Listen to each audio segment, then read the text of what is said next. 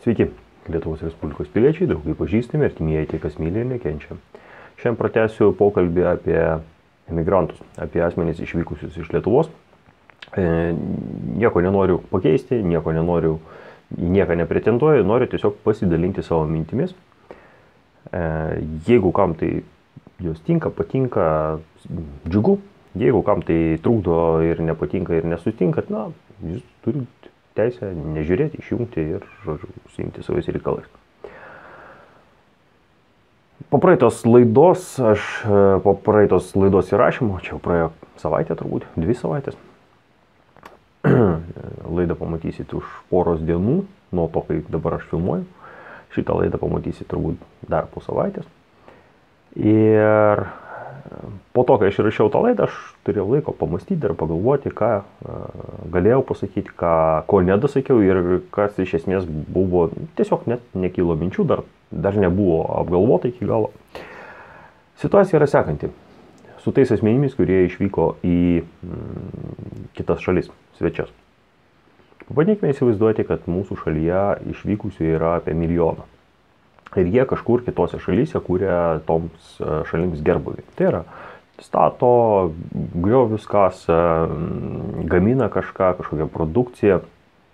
Ir tenai jie prisideda prie tų šalių, kuriuose jie yra, ekonomikų augimo. Aišku, jeigu pagalvoti, kad ten, sakykime, Europos Sąjungoje kiek yra, gerai, imkime Jungtinės Amerikos valstijas, jeigu visas milijonas būtų išvažiavęs prie ten gyvenančių 270, 280, virš 200 milijonų, tai ten nedidelis prieaugis. Europos Sąjungoje irgi ten nemažai, aš dabar nepamenu, kiek ten tų milijonų, bet, žodžiu, atrodytų, kokią naudą ten mes įdedam, bet galim skaičiuoti iš kitos pusės, kiek netenka Lietuva. Jeigu galvoti, kad buvo 3,5 milijono, išvažiavo milijonas, tai grubiai skaičiuokime, kas trečio Lietuvos piliečio nėra šitoj šalyje. Kas trečias šalies pilietis kuria kažkur kitur gerbuvį. Dabar įsivaizduokite, atvažiuoja į Lietuvą, Lietuvoje liko 1 milijonas. Tas 1 milijonas žmonių paima po kilogramą juodžemio. Ir visi vienu kartu per dieną nueina, nuneša į vieną vietą, sukrauna ir įsivaizduoja, kokio dydžio tai krūva. Tai kai čia gaunasi 100 000 tonų. Taip, kaip po. Ne. Žodžiu, pasiskaičiuosit patys, aš jau pavargęs ir norėčiau greičiau pabaigti tą laidą. Žodžiu, vien tik tais tie žmonės kažką vienu kartu paėmė kažkokį nedidelį daiktą, nunešė į vieną krūvą, jau gautųsi nemažas piliakalnis. Jeigu visi tie žmonės vienu kartu stotų kažką daryti bendrai, kažkokiu bendro tikslo siekimui, nukreipto veiksmą atlikinėto, tai manau, kad visai kitai būtų. Aš kadaise, man atrodo, mačiau, kaip Kinijoje, jeigu gerai pamenu, vaikas įkrito į kažkokį šulinį, į kažkokį vamzdį ir ten tas vamzdis ar ne 30 ar 40 metrų buvo. Aš galiu ir klysti. Žodžiu, bet ką aš gerai pamenu, kad vietinių kaimų gyventojai subėgo, sušoko, paėmė kibirus, kastuvus ir iškasė nežmoniško dydžio gylio duobę ir man tai buvo taip kažkaip iš pradžių pasirodė labai keista, bet iš tiesų didelis žmonių kiekis, visi po kibiriuką ir ganėtinai greitai tai gaunasi. Ir kai žiūri į mūsų tuos išvažiavusius, tu galvoji ir ką, jūs ten nereikalingi. Jūs ten dirbat, jie ten dirba, tie, kas išvažiavę. Dirba už mažesnius atlyginimus, nei vietiniai dirbtų. Jie gyvena prastesnėm sąlygom. Taip, kai kurie tenai prisitaikė, rado būdą, kaip, bet atkreipiu dėmesį, kad, pavyzdžiui, Jungtinėse Amerikos valstijose jie tapo nebereikalingi. Juos varo iš šalies. Ne?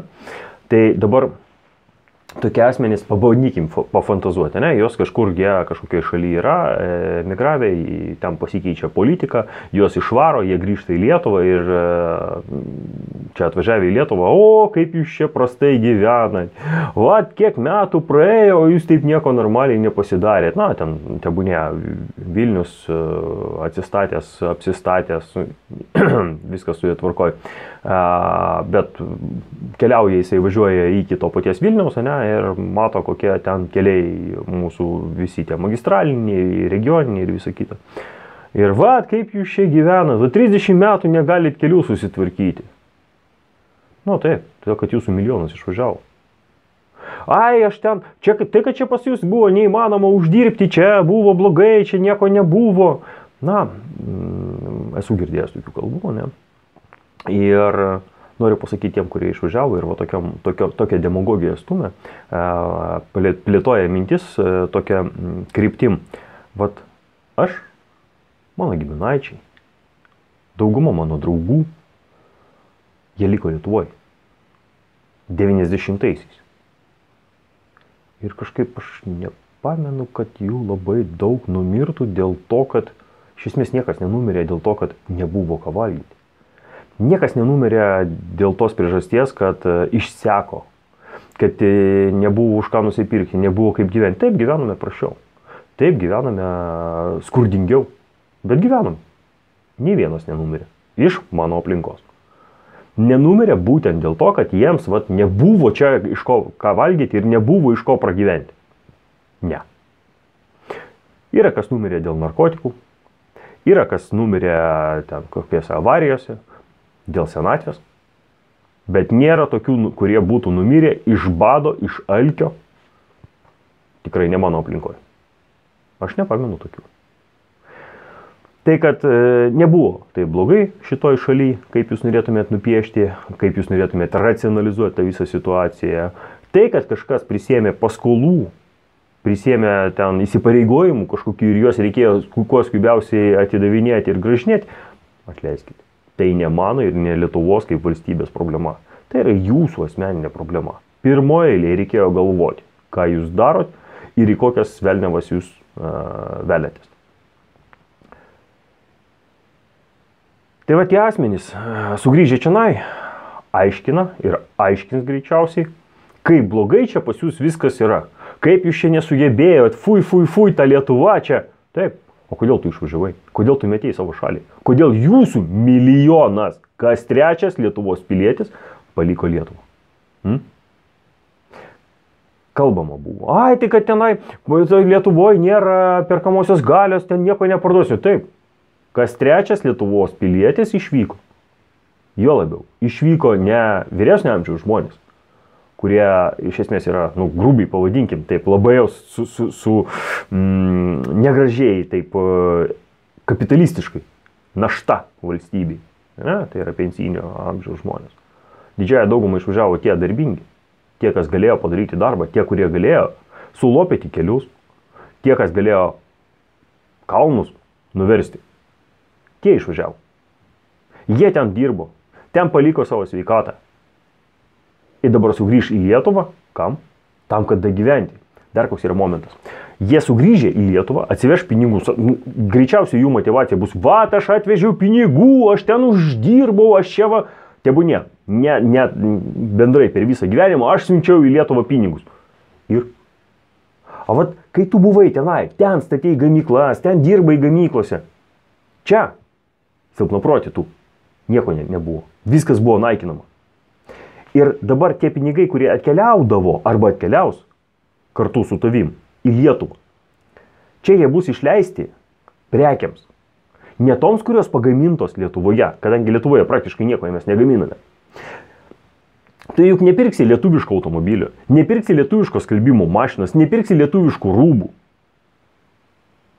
Nepirksi namų apyvokos daiktų lietuviškų. Nepirksi būtinės chemijos lietuviškos. Žinai kodėl? Todėl, kad jos čia negamina. Nėra šitų prekių. Lietuvoje jų negamina. Visą tai mes atsivešime iš užsienio. Ir va šitie silpnapročiai, kurie išvažiavo tenai, paliko savo visą jaunystę, geriausius metus, paliko savo energiją. jie sugrįš į Lietuvą, išleis čia ten uždirbtus pinigus, kad nusipirkti prekes iš ten pagamintas. Nusipirkti prekes, kurios yra ten pagamintos ir iš ten parvežtos į Lietuvą.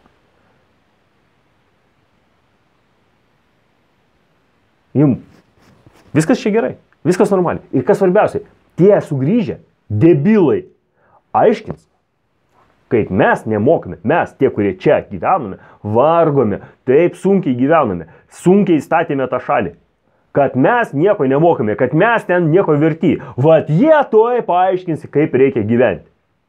Nereikia man tokių. Asmeniškai, man Lietuvoje tokių silpnapročių nereikia. Gali ten ir pasilikti. Tose šalyse, kur jūs kūrėte gerbuvį. O jeigu išvarys netyčia jūs iš ten, tai aš jums galiu pasakyti, niekas jūsų čia nelaukia. Nei jūsų pamokymų, nei jūsų ten genialių idėjų, verslo ar dar kažkokių. Niekam jūs čia nereikalingi. Jūs patys susigriovėte savo gyvenimus. Ne tik savo, bet ir mūsų šalies, Lietuvos ateitį. Šiandien tiek. Viso geriausio.